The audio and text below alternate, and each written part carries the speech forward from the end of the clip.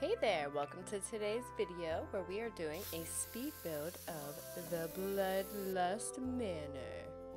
This build is going to be a little gothic, it's going to be a little spooky, it's going to be for the witches, for the vampires, for the supernatural, for all of the above. Or for whoever really, it doesn't really matter.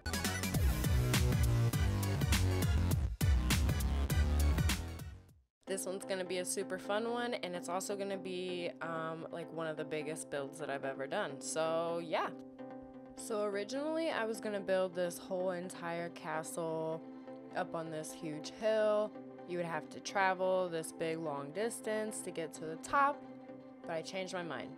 I decided that instead we are going to kind of place a bunch of rocks around it and then put a moat around it, and I think that'll be good.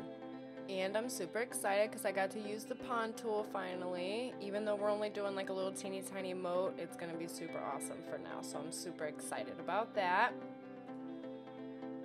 Okay, yeah, so like I said, this house is definitely going to be one of the biggest houses I've ever built on one of the smallest lots that I've ever built on. As far as I know, this house is on a 40 by 30, so it's actually not a very big lot. And I think what is working in our advantage is the fact that the house is literally making up most of the lot, except for like a little bit of the water in the front and the rocks and stuff. But the fact that the house is going to be 3 stories is really going to work to our advantage. Not to mention, if you are somebody who likes to play and have huge families, this house is going to have lots of bedrooms and it's going to have lots of bathrooms, because I am a firm believer and having a bathroom on every floor. And I also feel like for every 2 bedrooms or so, you should have at least 1 bathroom, if not 1.5 bathrooms. If I had it my way, I would have at least 2 bathrooms per 2 bedrooms.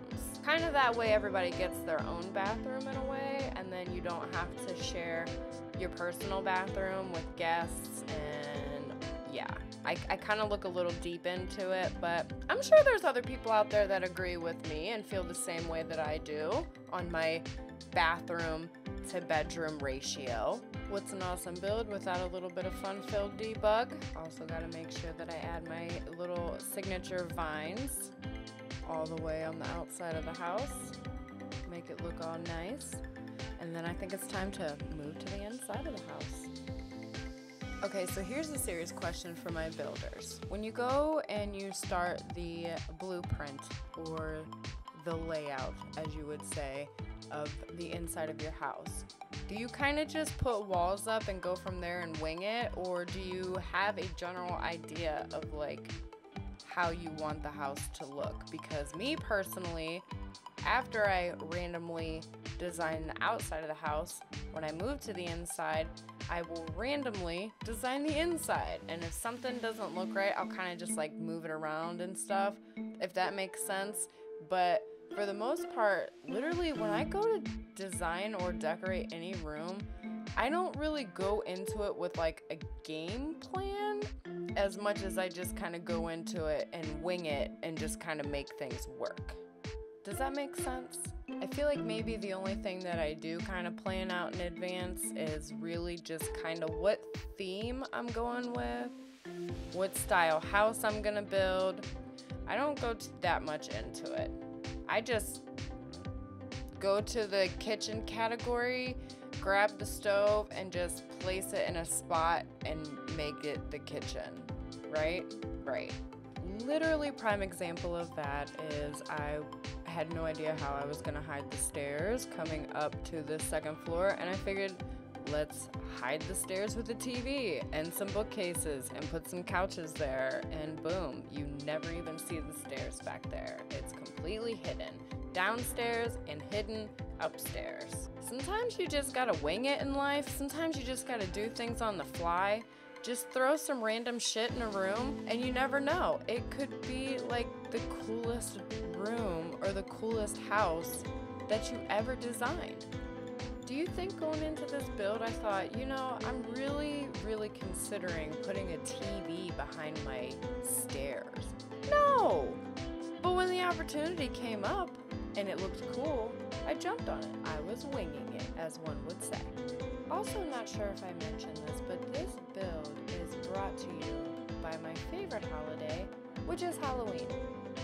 In honor of Halloween, in preparation of getting ready and getting in the spirit of Halloween, this is why I am building the Bloodlust Manor. A perfect manor for your vampires or for your witches or for any other supernatural beings that you might play as, where you can raise a loving, adoring, amazing family, or you can have a family that wreaks havoc on your whole entire town. Either way, this house will be perfect for that. I'm not even gonna lie to you. This house was so damn huge, I could not figure out what to do with this big empty space. So I turned it into a bar and a rec room where you can have guests over and again, have fun or wreak havoc. But for now, as this hidden little nightclub gem, I think this will work perfect. I did end up changing the living room around too. I got rid of the hideous black couches I was going to use. I really try to make them work in every house that I build, and I don't like them, but they just don't work. I just don't like them, and they didn't really fit the style either. So we got rid of them and we replaced them with the red couches instead. They look so much better. But I will tell you, I did in fact try something new in the bathroom this time. I seen I had a little bit of a pop-out window, and I also seen that it is possible to build a tub up on a platform, so we're gonna go ahead and try it in this house and see if it works well. If it does, it might become a regular thing from now on with me building furniture on top of platforms, including beds. Who doesn't want a bed that you just have to take a running jump and leap up into, and then in order to get out of, you literally have to climb down stairs in order to get out of it? I think that sounds amazing. That sounds like heaven.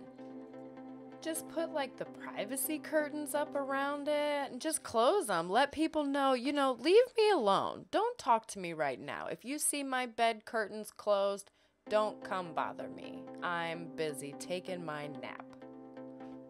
But we're only going to do that in the master bedroom. Not every single bedroom gets a platform, just the master bedroom. Everybody else just gets the boring bed that just stays on the boring floor.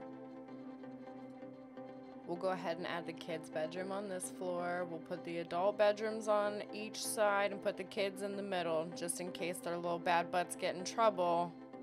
We can be right there to rescue them and save the day like we do. So literally most of this house is done in red and black, or red, black, and gold. So for the third floor, we're gonna switch it up and we're gonna go with gray instead of red. I'm tired of seeing red, so we're making the third floor gray instead. In case we have any florists that decide to move in, we've got a perfect room for you. We've got a little garden area. You can grow all your fancy goods in here, including any goods that may or may not come with the basemental mod. Alright, we got this big open area. Let's go ahead and add another huge living area. Add some couches, add some tables, add some bookshelves, put some more couches, add some more bookshelves. And then of course, we're gonna cover the whole entire room in more candles. If the power ever goes out, we're good to go. We've got plenty of candles to light the way. But yeah, that's about it, guys. This was a super fun build. Took me a couple days. Well worth it. Hope you guys enjoyed the cinematic walkthrough. If you want to download it, it will be available in the gallery. You can download that and all my other stuff. And you can also follow me if you like. The name is Torrance87. Thanks for watching. You're amazing. You're awesome. And I will see you in the next one. Bye!